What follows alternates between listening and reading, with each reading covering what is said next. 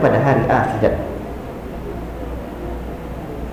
Iman kepada Allah itu ada pula rukunnya. Ada 4 rukun iman kepada Allah. Pertama, iman dengan adanya Allah. 2, beriman dengan rububiyah Allah. 3, beriman dengan uluhiyah Allah. 4, iman dengan asma wa sifatnya Allah. Allah. Maka orang yang beriman kepada Allah adalah orang yang bertauhid. Orang yang beriman atau orang yang bertauhid. Tauhid terbagi 3. Di anak-anak kita dipelajari di sekolah dasar juga. Itu dia. Belum lagi pembatal iman yang disebut dengan nawaqidul iman atau nawaqisul iman, pengurang-pengurang nilai iman. Seharusnya semua perkara yang terkait dengan iman ini itu diajarkan atau menjadi kewajiban orang tua di rumah. Jadi yang wajib Pak menyelamatkan.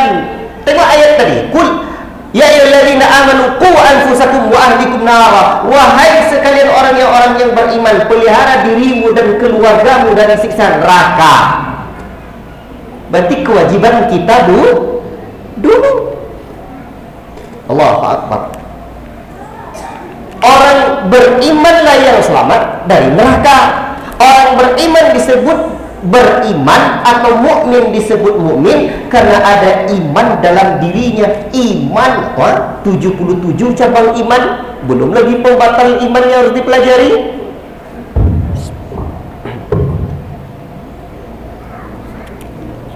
Itu kewajiban siapa Pak?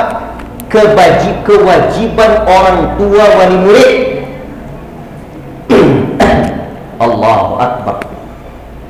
Itu kewajiban orang tua wali murid Pak.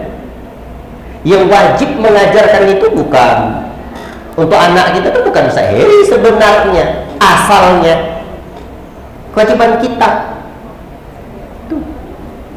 Maka untuk itu, tapi Ustaz saya tidak pandai Ustaz, saya pun perlu belajar lagi sama Ustaz Heri. Karena sadar itulah Pak kita antarkan ke sini. Sebab cita-cita keluarga yang paling mulia adalah keluarga yang bercita-cita menuju surga bersama.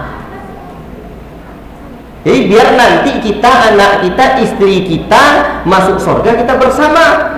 Biar selamat, biar kita tidak dituntut nanti atau lepas kewajiban kita ini kita belajar, anak kita juga belajar. Allah. Maka kita antarkanlah anak kita ke sini sehingga anak kewajiban kita itu kita minta Ustaz Heri dan guru-guru, Ustaz Angga dan Ustaz-Ustaz lainnya yang mengajarkan. Tapi kewajiban kita mungkin tidak kita muliakan Ustaz-Ustaz kita nih, tidak mungkin. Makanya Pak, saya selalu bilang begini, kalau ada orang tua wali murid yang bahagia kali dia dan dia mampu, anaknya mondok gratis, anaknya sekolah gratis, bahagianya tak kepala, anak saya dapat sekolah gratis, Masya Allah. Tapi dia mampu, rugi besar. Apa sebab Pak? Begini, Bapak tahu saya punya cita-cita, saya tak malu menyampaikannya karena boleh mana tahu jadi inspirasi buat orang yang mendengarnya. Saya punya cita-cita buat 1000 pondok pesantren.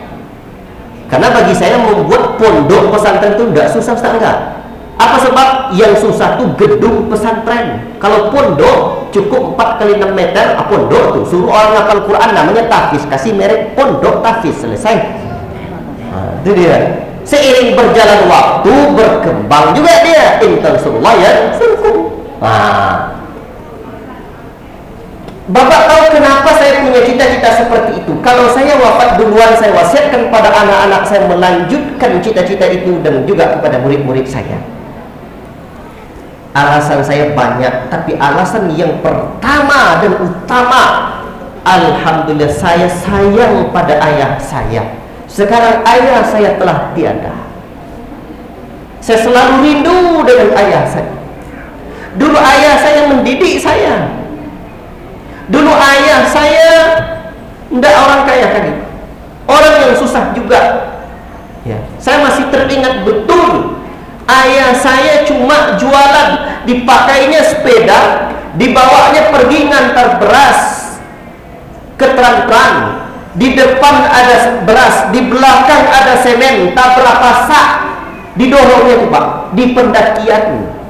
Ayah saya dulu sebelum toko bangunan tadi lipat kain itu jual apa? Jual semen di rumahnya. Kemudian ayah saya ngangkat semen itu, akhirnya semen terakhir bunyi pinggangnya tak. Kemudian ayah saya buang air dan darah yang keluar. Gelap pandangan ayah saya atas semua darah dan penderitaan yang telah diberikan ayah saya itu. Saya pengen membalasnya lagi.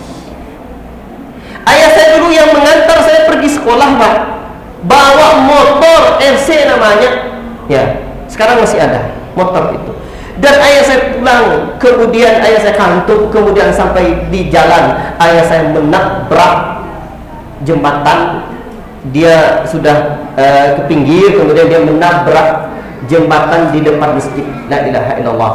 Ayah saya pun jalan mesti pakai tongkat karena kakinya sakit luar biasa. Motornya juga mesti diperbaiki. Atas semua derita ayah saya itu saya pengen membalasnya. Belum lagi mak saya. Mak saya memondokkan saya dulu luar biasa, kerinduan mak saya. Mak saya sayang pada saya. Seringkali di hari Jumat itu kalau di pondok saya dulu itu diantarnya ayam, rendang ayam Pak. Sering sekali, Masya Allah, bahagia hati. Dan ayam sudah saya makan, terus ada lagi yang saya gigit. Begitu saya bahagia sekali. Tapi begitu saya gigit, saya kira ayam, ternyata lengkuas. Saya rindu dengan lengkuas itu. Dan Bapak tahu, saya pengen membalas jasa ayah mak saya, karena dulu ayah mak saya bayar sekolah saya. Ayah saya menyekolahkan saya bukan gratis. Dan semua makan itu, semua yang telah dikeluarkan ayah saya itu, saya pengen dibalasnya. Dan saya punya cita-cita hari ini buat pondok pesantren 1000. Saya tidak peduli apakah sampai atau tidak. Maka itu saya bilang Pak, kalau Bapak mampu dan anak pengen gratis juga, Bapak rugi luar biasa. Seharusnya Bapak yang mengambil peluang. Al-ilmu la ya'dilu syai' idza sahhatin niyyah. Ilmu tidak ada yang menandingi Pak keutamaannya apabila baik niat kita. Maka berharaplah dengan kita mengeluarkan uang sekolah untuk anak kita tadi, berharap pahala. Mahal-mahal sedikit tak apa-apa. Guru-guru, saya dah tahu betul Pak bagaimana deritanya buat pondok, buat sekolah ini luar biasa, minta ampun. Ya, minta ampun. Makanya kalau guru-guru digaji Pak, jangan hanya berharap dunia itu saja, tak sebanding besarnya pahala dan janji Allah tentang kebahagiaan surga yang dijanjikan untuk ilmu yang diajarkan itu. Terlalu rendah kita hanya berharap uang itu saja. La ilaha illallah. Tiban tuh Pak. Kenapa sampai ke sana tadi uraiannya? Kewajiban kita tidak lama lagi. Kita waktu cuma 10.30. Belasan menit lagi. Kewajiban kita serahkan kepada guru. Mungkin tidak kita sepelekan guru ini? Tidak mungkin Pak. Sehingga para ulama terjadi perbedaan pendapat manakah yang lebih mulia antara guru dengan orang tua. Bahkan sebagian mereka memandang guru lebih mulia ketimbang orang tua. Kenapa? Orang tua melahirkan anak dari alam mulia, alam rohim ke alam dunia yang hina. Guru melahirkan anak dari alam hina ke alam akhirat yang mulia. Allahu Akbar. Ikhwati fillah, Bapak-bapak yang saya cintai karena Allah Subhanahu wa taala. Makanya di antara yang perlu diingat Pak, tidak hanya mesti anak kita yang beradab kepada guru, tapi kita juga mesti beradab kepada guru anak kita. Dia yang menyelamatkan kita Pak, bukan hanya menyelamatkan anak kita saja. Anak kita dan kita diselamatkan oleh guru itu. Makanya guru mesti ikhlas. Dan kita butuh guru-guru pejuang yang rela berkorban. Baik, ini baru iman. Yang kedua, takwa. Ketakwaan itulah Pak derajat yang paling tinggi. Inna akramakum indallahi atqakum. Sesungguhnya orang yang paling mulia di antara kalian adalah orang yang paling bertakwa.